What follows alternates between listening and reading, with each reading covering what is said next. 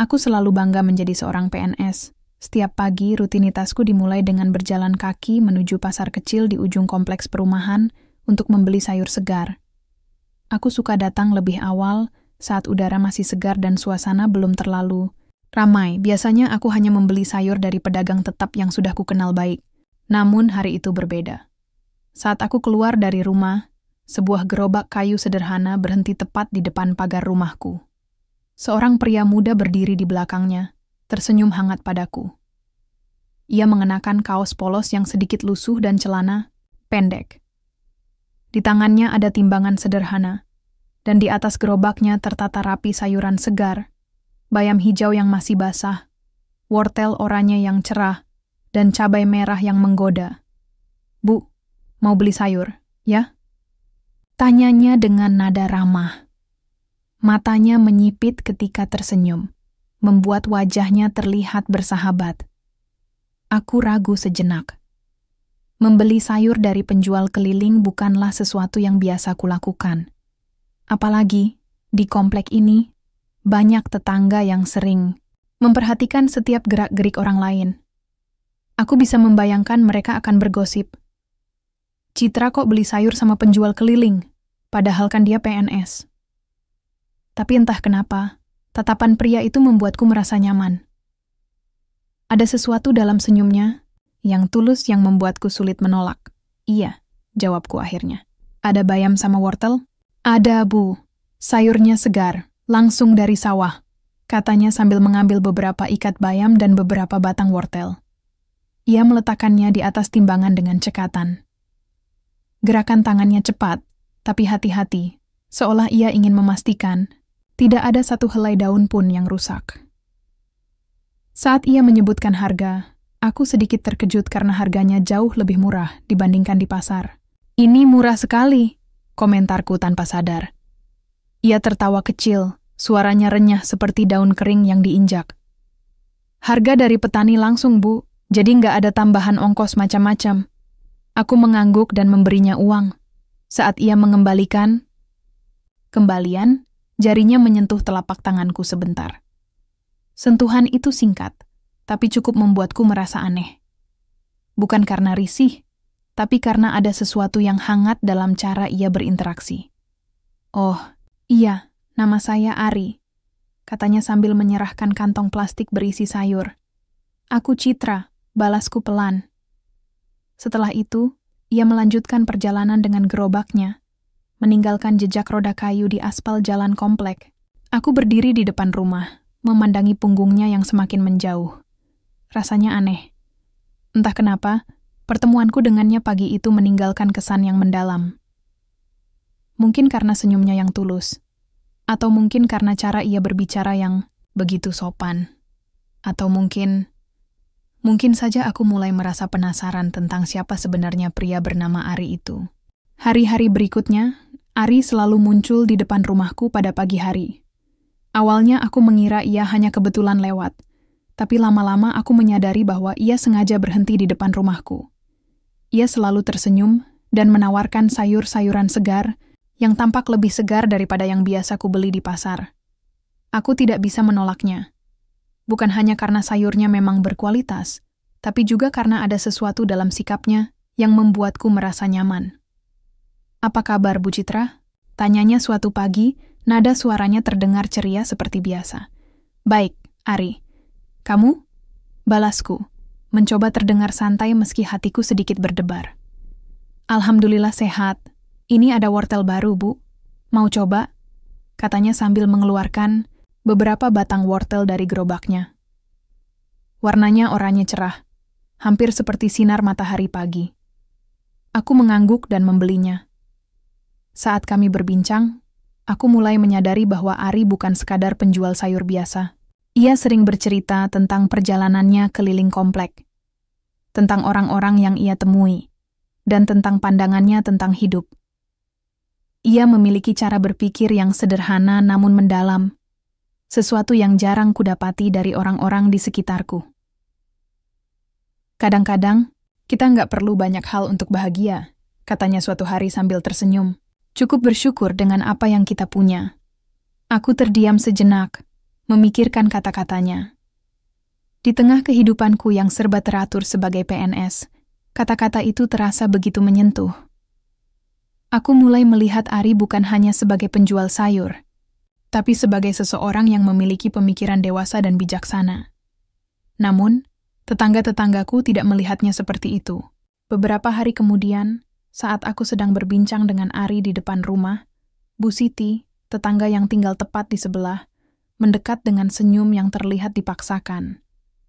"Wah, lagi beli sayur sama Mas Ari ya, Mbak Citra?" Katanya dengan nada yang terdengar manis, tapi aku bisa merasakan sindiran halus di baliknya. "Iya, Bu.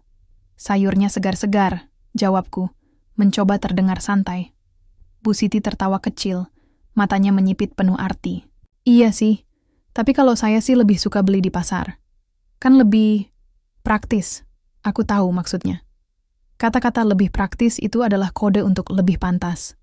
Aku hanya tersenyum tipis dan mengabaikan komentar itu. Setelah Bu Siti pergi, Ari menatapku dengan ekspresi tenang. "Jangan pedulikan mereka, Bu," katanya pelan. "Orang-orang kadang cuma bisa melihat apa yang di permukaan. Yang penting, kita tahu siapa diri kita." Aku mengangguk, tapi dalam hati aku merasa sedikit terganggu. Apakah aku salah jika mulai merasa nyaman dengannya? Apakah status sosial benar-benar seharusnya menjadi penghalang? Suatu pagi, Ari datang dengan membawa kotak kecil. Ia memberikannya padaku dengan senyum malu-malu. "Inilah hadiah ulang tahun, Bu Citra," katanya pelan. "Ulang tahun?" Aku terkejut. Aku tidak pernah bilang padanya kapan tanggal ulang tahunku. Saya ingat Bu Citra pernah bilang waktu beli sayur Minggu. "Lalu," katanya sambil tertawa kecil. Aku membuka kotak itu dan menemukan beberapa buku motivasi di dalamnya. Judul-judulnya menarik, seperti The Power of Now dan Think and Grow Rich. Aku menatapnya dengan takjub. Ini luar biasa," kataku, suaraku terdengar sedikit gemetar. "Saya pikir Bu Citra suka buku-buku beginian," katanya. "Kalau nggak suka, nanti bisa dikembalikan." Aku menggeleng cepat. Enggak, aku suka sekali." "Terima kasih, Ari." Ari tersenyum lebar, dan untuk pertama kalinya, aku menyadari bahwa ada sesuatu yang istimewa tentang pria ini. Ia bukan hanya penjual sayur biasa, ia memiliki minat intelektual yang sama denganku, meskipun ia memilih jalur hidup yang berbeda. Malam itu, aku duduk di meja makan sambil membaca salah satu buku pemberian Ari. Pikiranku melayang ke pertemuanku, dengannya, senyumnya yang tulus, dan kata-katanya yang bijak. Aku tidak bisa menyangkal bahwa ada sesuatu yang mulai tumbuh di hatiku. Sesuatu yang belum pernah kurasakan sebelumnya. Dan aku bertanya-tanya, apakah ini benar-benar cinta? Beberapa bulan berlalu sejak pertemuan pertama kami. Aku tidak pernah membayangkan bahwa hubunganku dengan Ari akan berkembang sejauh ini. Setiap pagi, ia masih datang ke rumahku dengan gerobaknya, membawa sayuran segar dan senyum yang tak pernah pudar.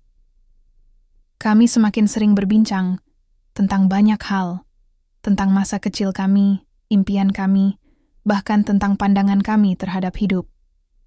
Semakin aku mengenalnya, semakin aku menyadari bahwa Ari bukanlah pria biasa. Ia memiliki prinsip yang kuat, cara berpikir yang dewasa, dan hati yang tulus. Namun, ada satu hal yang selalu membuatku merasa cemas. Lingkungan sekitarku, tetangga-tetanggaku, tidak pernah berhenti bergosip tentang hubungan kami.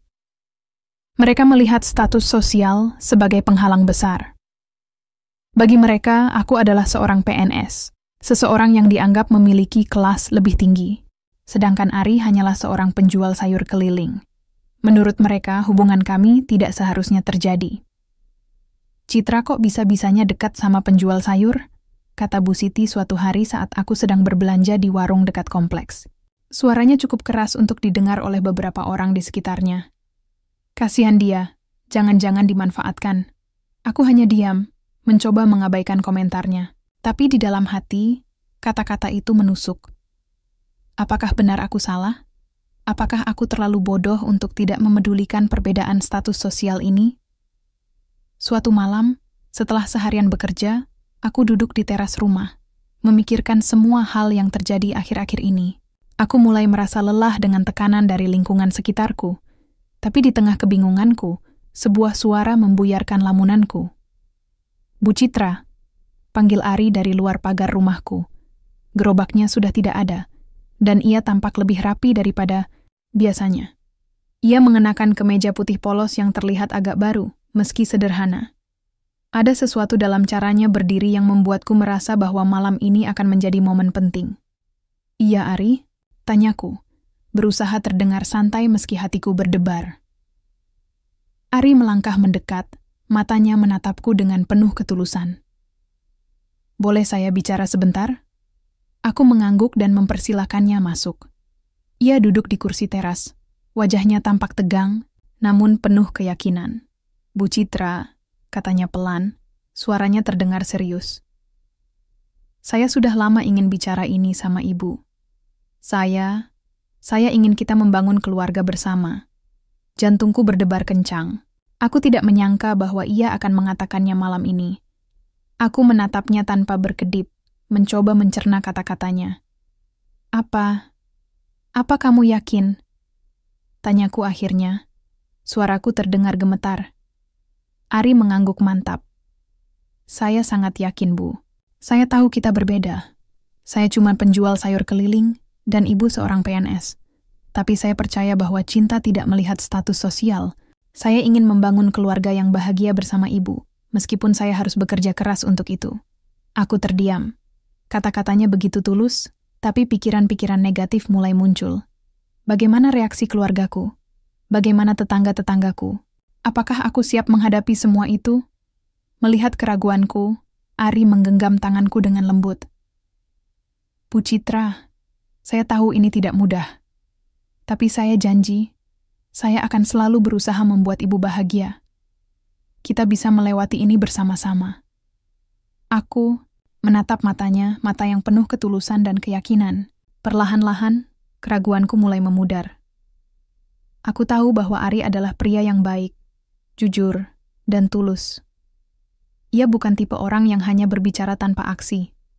Dan entah kenapa, aku percaya padanya sepenuhnya. Akhirnya, aku mengangguk pelan. "Ya, Ari, aku mau." Senyuman lebar langsung merekah di wajahnya. Ia tampak begitu bahagia, seolah beban besar telah terangkat dari pundaknya. Ia berjanji untuk segera membicarakan rencana pernikahan dengan keluarganya. Setelah Ari pulang, aku duduk kembali di teras, memikirkan keputusanku. Aku tahu bahwa jalan yang akan kulalui tidak akan mudah. Tetangga-tetanggaku pasti akan menghina. Keluargaku mungkin akan bertanya-tanya. Tapi aku juga tahu bahwa cinta sejati tidak melihat status sosial. Cinta sejati adalah tentang keikhlasan hati, tentang saling mendukung, dan tentang berjuang bersama. Malam itu aku merasa lega. Untuk pertama kalinya, aku memutuskan untuk tidak peduli dengan pendapat orang lain. Aku memilih untuk mengikuti hatiku, karena aku tahu bahwa Ari adalah pria yang tepat untukku. Hari pernikahan kami tiba dengan cepat. Aku tidak pernah membayangkan bahwa hari bahagiaku akan diwarnai oleh begitu banyak tatapan sinis dan bisikan-bisikan pedas dari orang-orang di sekitarku. Meski aku mencoba tetap tegar, kata-kata menyakitkan dari tetangga-tetanggaku terus terngiang di telingaku. Pernikahan kami diselenggarakan secara sederhana di rumah keluarga Ari di desa. Tidak ada kemewahan, hanya dekorasi minimalis dengan bunga-bunga segar yang diletakkan di sudut-sudut ruangan. Keluarga Ari menerimaku dengan hangat, meskipun mereka tampak sedikit canggung karena aku berasal dari kota. Namun, kehangatan mereka membuatku merasa nyaman, seolah-olah aku sudah menjadi bagian dari keluarga itu sejak lama. Ari tampak tampan di balik kemeja putihnya yang rapi. Wajahnya berseri-seri penuh kebahagiaan. Ia menggenggam tanganku erat-erat saat kami berdiri di hadapan penghulu. Saat ijab kabul diucapkan, aku merasakan tangannya yang gemetar. Aku tahu bahwa ia sama gugupnya denganku, tapi juga sangat bahagia. Namun, saat acara resepsi dimulai, suasana mulai berubah. Banyak tamu dari pihakku, tetangga kompleks dan beberapa teman sekantor, datang dengan senyum yang terlihat dipaksakan. Beberapa di antaranya bahkan hanya datang untuk melihat apa yang terjadi. Bukan untuk memberikan doa restu. Aku bisa mendengar bisikan-bisikan mereka dari kejauhan. Citra terlalu bodoh menikahi penjual sayur, kata Bu Siti kepada salah satu tetangga lainnya. Suaranya cukup keras, hingga aku bisa mendengarnya. Padahal dia PNS, masa sih nggak dapat? Yang lebih baik? Ada juga yang berkomentar. Mungkin dia cuma butuh uang. Penjual sayur kan pasti untung besar ya. Cuman keliling doang. Kata-kata itu menusuk hatiku seperti pisau. Aku mencoba tersenyum dan berpura-pura tidak mendengarnya. Tapi dalam hati aku merasa hancur. Apakah mereka benar? Apakah aku salah memilih Ari? Ari, yang tampaknya menyadari keteganganku, memegang tanganku erat-erat dan berbisik pelan. Jangan pedulikan mereka, Citra. Kita punya satu sama lain. Itu yang paling penting. Aku mengangguk, mencoba menenangkan diri. Tapi ada satu momen yang membuatku semakin bingung. Saat acara berlangsung, seorang pria paruh baya yang tidak kukenal tiba-tiba mendekati kami. Wajahnya tampak familiar, tapi aku tidak bisa mengingatnya. Ia tersenyum tipis dan berkata pada Ari, "Selamat ya, Nak Ari. Semoga kalian bahagia." Ari membalas senyuman itu dengan sopan, tapi aku bisa melihat ada sesuatu yang aneh dalam tatapan mereka. Setelah pria itu pergi, aku bertanya pada Ari, "Siapa dia?" Ari hanya tersenyum dan berkata, "Nanti aku ceritakan. Ya, sekarang kita nikmati saja hari ini." Setelah acara selesai, aku dan Ari kembali ke rumah baruku di desa. Rumah itu sederhana, tapi penuh kehangatan. Ari membantu meletakkan barang-barangku, dan aku mencoba menata ulang ruangan agar terasa lebih nyaman. Meski lelah, aku merasa lega, karena akhirnya hari itu telah berlalu. Namun malam itu, aku tidak bisa tidur. Kata-kata tetangga-tetanggaku terus terngiang di kepala. Aku mulai meragukan keputusanku. Apakah aku benar-benar bisa hidup bahagia dengan Ari? Apakah aku siap menghadapi semua sindiran dan hinaan ini setiap hari? Aku menatap Ari yang sedang tertidur di sampingku. Wajahnya tampak damai, tanpa beban. Aku memandanginya lama, mencoba meyakinkan diriku sendiri bahwa aku telah membuat keputusan yang tepat. Ari adalah pria yang baik, jujur, dan tulus. Ia tidak pernah meminta apapun dariku selain cinta dan kesetiaan. Aku menarik napas dalam-dalam dan berusaha menenangkan pikiranku. Mungkin aku tidak bisa mengubah pandangan orang lain tentang kami, tapi aku bisa tetap teguh pada cintaku. Lagi pula, bukankah kebahagiaan sejati tidak bergantung pada pendapat orang lain? Akhirnya, aku memutuskan untuk tidur. Besok adalah hari baru, dan aku harus menjalani kehidupan baru ini dengan penuh keyakinan. Aku tahu bahwa perjalanan ini tidak akan mudah, tapi aku percaya bahwa cinta kami cukup kuat untuk menghadapi segala tantangan. Hari-hari pertama setelah pernikahan berlalu dengan cepat. Aku mulai terbiasa dengan kehidupan baru di desa, meskipun awalnya sedikit sulit. Ari tetap bekerja sebagai penjual sayur keliling, sementara aku melanjutkan karirku sebagai PNS di kota.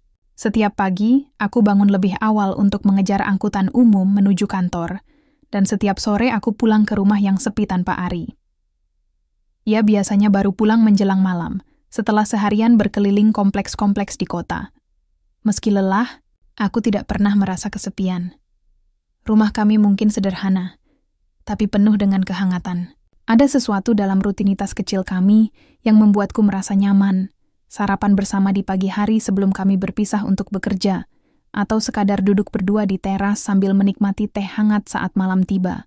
Ari selalu ada untuk mendengarkan ceritaku tentang pekerjaan di kantor, dan aku juga mencoba memahami tantangan yang ia hadapi sebagai penjual sayur keliling.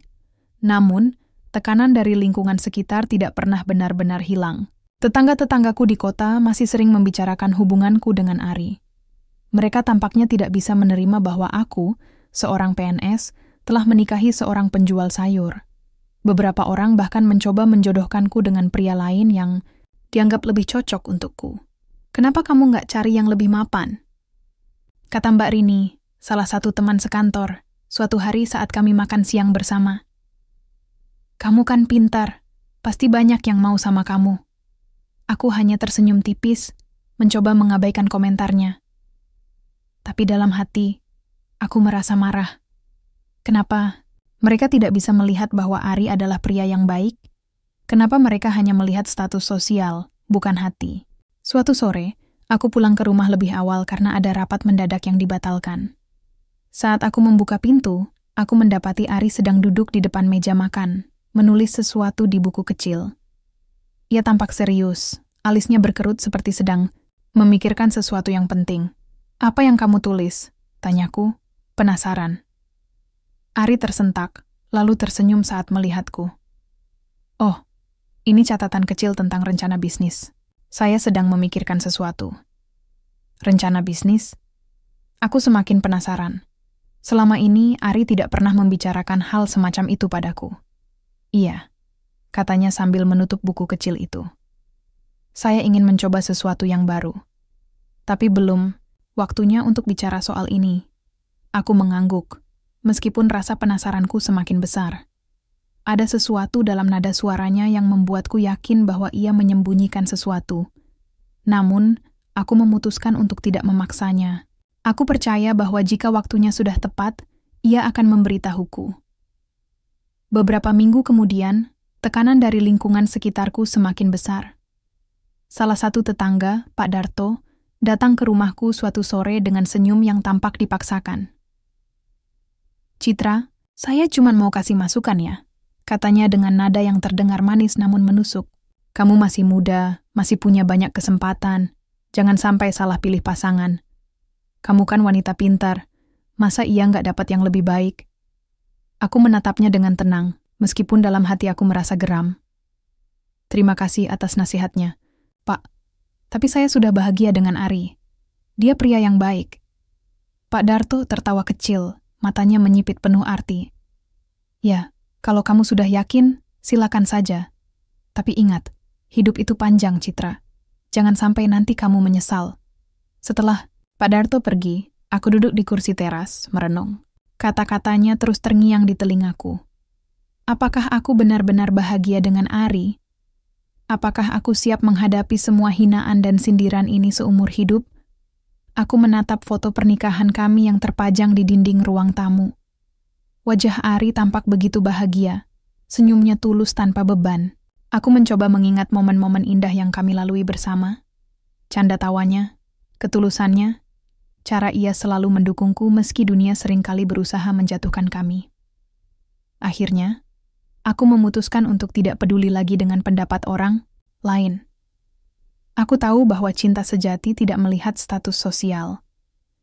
Cinta sejati adalah tentang saling mendukung, tentang berjuang bersama, dan tentang membangun kebahagiaan bersama-sama. Malam itu, aku berbicara dengan Ari. Aku ingin tahu apa yang sedang ia rencanakan.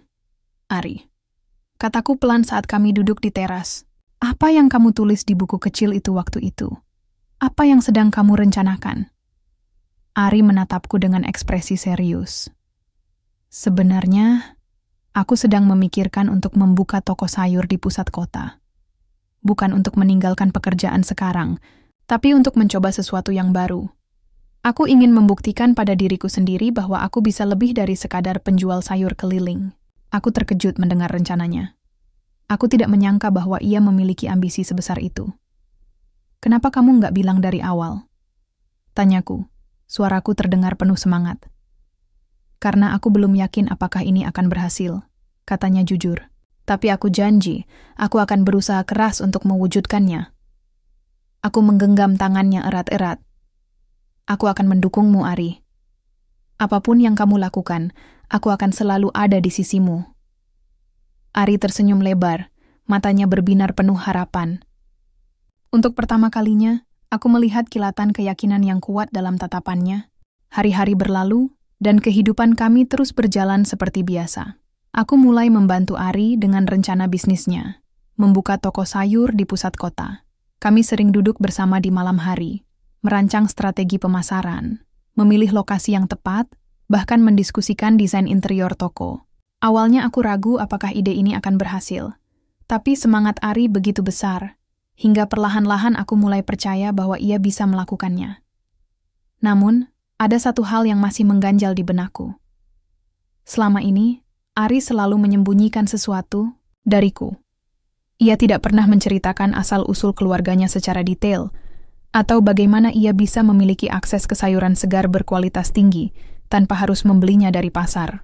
Aku mencoba untuk tidak memikirkannya, tapi rasa penasaranku semakin besar seiring berjalannya waktu. Suatu malam, setelah seharian sibuk merencanakan pembukaan toko, Ari tiba-tiba mengajakku pergi ke suatu tempat. Ia tampak gugup, seperti sedang menyimpan rahasia besar yang ingin ia ungkapkan. "Citra, ada sesuatu yang harus kamu lihat," katanya pelan saat kami berdiri di depan gerbang sebuah lahan luas di pinggiran kota. "Apa ini?" tanyaku, bingung. Ari tersenyum tipis, lalu menggenggam tanganku erat-erat. "Ini milik keluargaku." Aku terkejut melihat hamparan sawah hijau yang luas di hadapanku. Padi-padi yang tumbuh subur, ladang sayuran yang tertata rapi, dan beberapa petani yang sedang bekerja di bawah sinar bulan. Semua terlihat begitu indah, seperti lukisan hidup. "Maksudmu, ini semua milik keluargamu?" tanyaku, suaraku terdengar gemetar. "Iya," jawab Ari pelan. "Keluargaku adalah pemilik lahan ini. Kami sudah bertahun-tahun menjadi petani. Sayuran yang aku jual selama ini berasal dari hasil panen di sini." Aku terdiam, mencoba mencerna kata-katanya. Jadi selama ini Ari bukan hanya seorang penjual sayur keliling biasa. Ia berasal dari keluarga petani kaya yang memiliki sawah luas. "Kenapa kamu tidak memberitahuku dari awal?" tanyaku akhirnya. Nada suaraku penuh campuran antara marah dan bingung. Ari menunduk, wajahnya tampak bersalah. "Aku takut kamu akan salah paham. Aku tidak ingin hubungan kita didasarkan pada status sosial atau materi. Aku ingin kamu mencintaiku apa adanya, karena aku adalah Ari, bukan karena aku berasal dari keluarga petani kaya." Aku menatapnya lama, mencoba memahami alasan di balik keputusannya untuk menyembunyikan fakta ini. Rasanya aneh mengetahui bahwa selama ini ia menyimpan rahasia besar dariku. Tapi entah kenapa aku juga merasa bangga. Ari adalah pria yang teguh pada prinsipnya. Ia memilih untuk menjalani hidup mandiri, meskipun ia bisa saja bergantung pada kekayaan keluarganya. "Aku tidak tahu harus berkata apa," kataku akhirnya. "Tapi aku salut padamu. Kamu memilih untuk bekerja keras demi hidup mandiri, meski kamu bisa saja memilih jalan yang lebih mudah." Ari tersenyum lega, matanya berbinar penuh harapan. "Terima kasih sudah memahamiku, Citra. Aku janji aku tidak akan pernah lagi menyembunyikan apapun darimu." Beberapa minggu kemudian, toko sayur Ari resmi dibuka di pusat kota.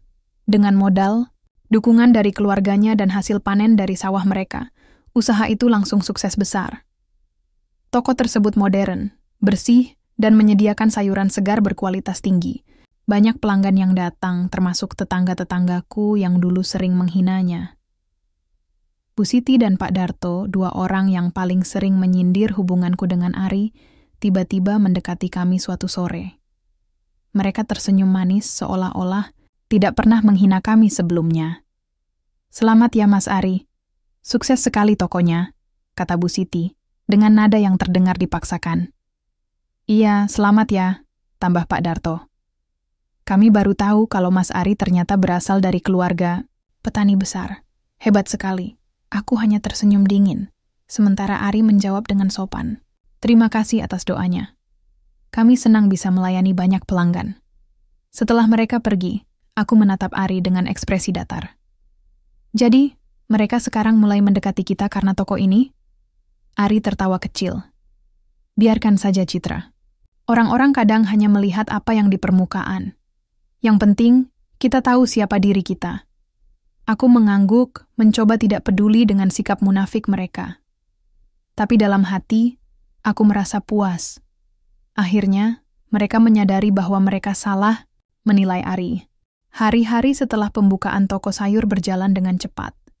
Usaha Ari berkembang pesat, bahkan lebih cepat daripada yang kami bayangkan. Toko sayur modern miliknya menjadi salah satu tempat paling ramai di pusat kota.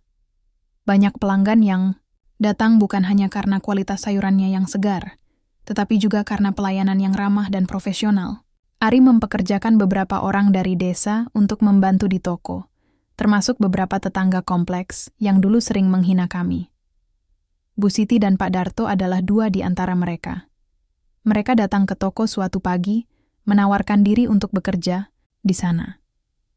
Awalnya aku merasa tidak nyaman melihat mereka mendekati kami dengan wajah tersenyum manis.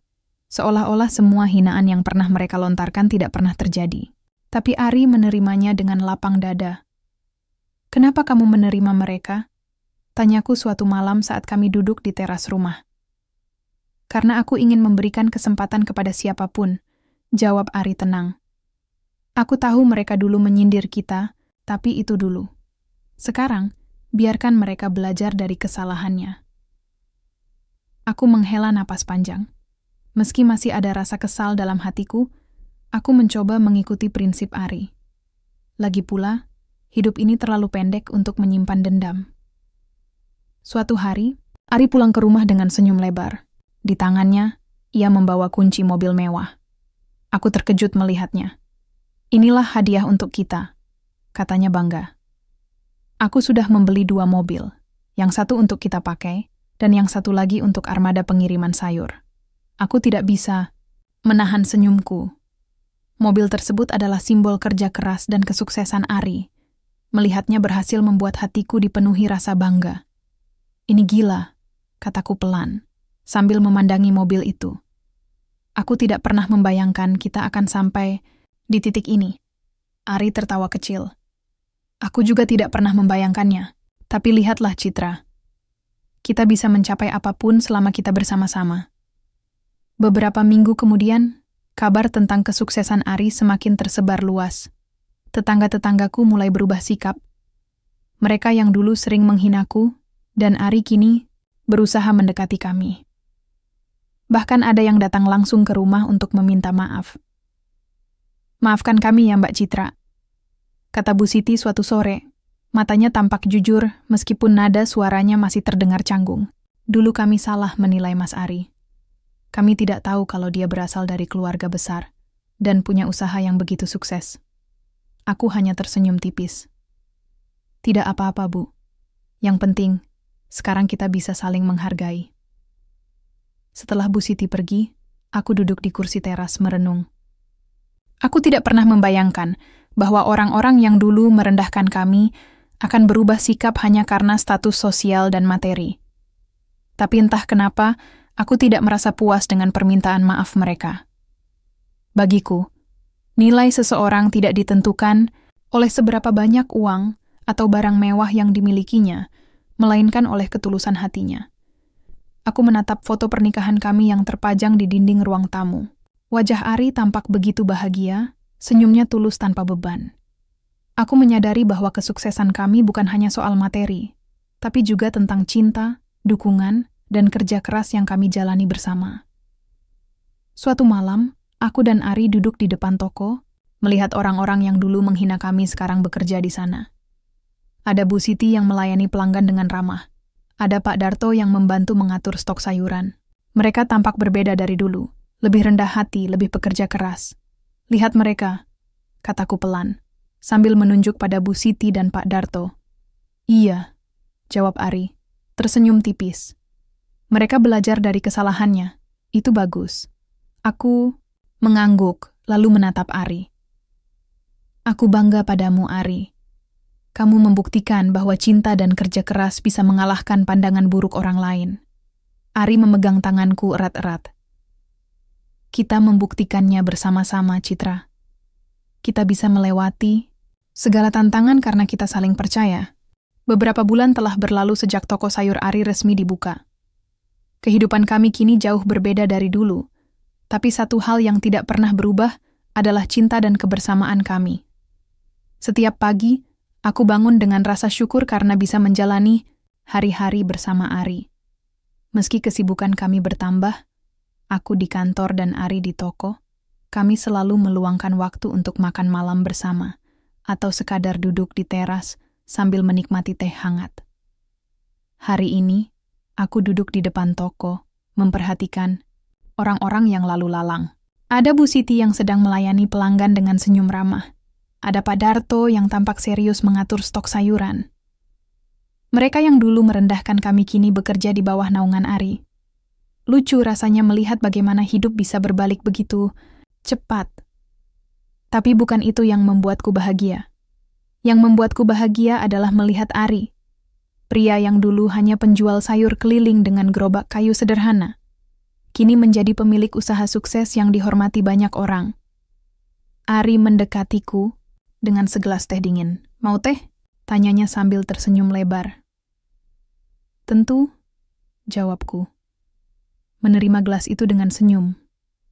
Kami duduk berdampingan, memandangi aktivitas di sekitar toko. Aku menatap wajah Ari, mencoba membayangkan perjalanan panjang yang telah kami lalui bersama.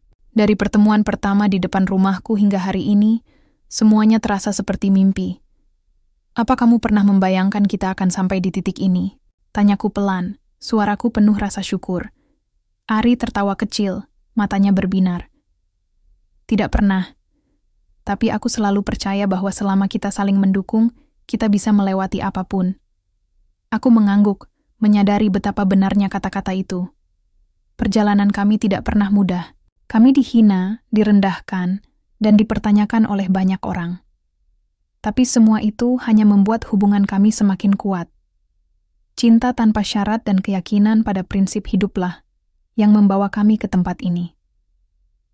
Suatu sore, setelah toko tutup, aku dan Ari duduk di kursi teras rumah. Udara segar berhembus pelan, membawa aroma tanah dan daun-daun hijau. Aku menatap foto pernikahan kami yang masih terpajang di dinding ruang tamu.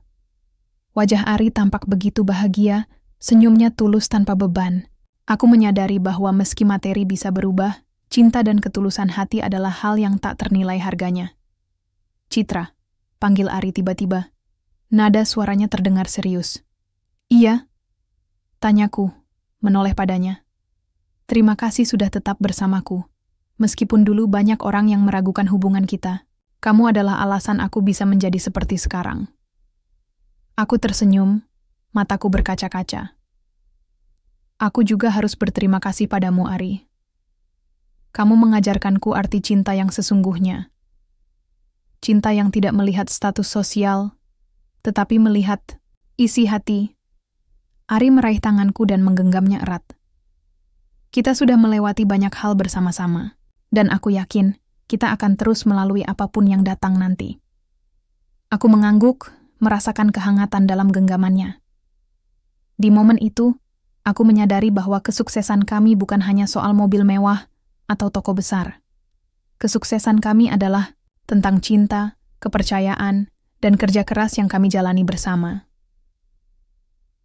Beberapa minggu kemudian, aku dan Ari memutuskan untuk mengunjungi sawah milik keluarganya. Kami berjalan di antara ladang-ladang hijau, menikmati pemandangan indah yang menyejukkan hati. Ari berhenti di tengah sawah, menatap langit yang luas dengan ekspresi damai. "Kamu tahu, Citra," katanya pelan. "Aku dulu memilih untuk menjadi penjual sayur keliling karena aku ingin belajar hidup mandiri. Aku ingin tahu bagaimana rasanya berjuang tanpa bergantung pada kekayaan keluarga. Dan sekarang, aku bersyukur telah memilih jalan itu, karena disitulah aku bertemu denganmu." Aku tersenyum, merasakan dadaku dipenuhi rasa syukur. "Dan aku bersyukur telah memilihmu, Ari. Kamu adalah pria terbaik yang pernah ada dalam hidupku." Kami berdiri di sana, menikmati keindahan alam dan kebahagiaan yang kami bangun bersama. Tidak ada lagi tekanan dari lingkungan, tidak ada lagi sindiran pedas. Hanya ada cinta, ketulusan, dan keyakinan bahwa hidup ini terlalu singkat untuk disia-siakan dengan hal-hal yang tidak penting.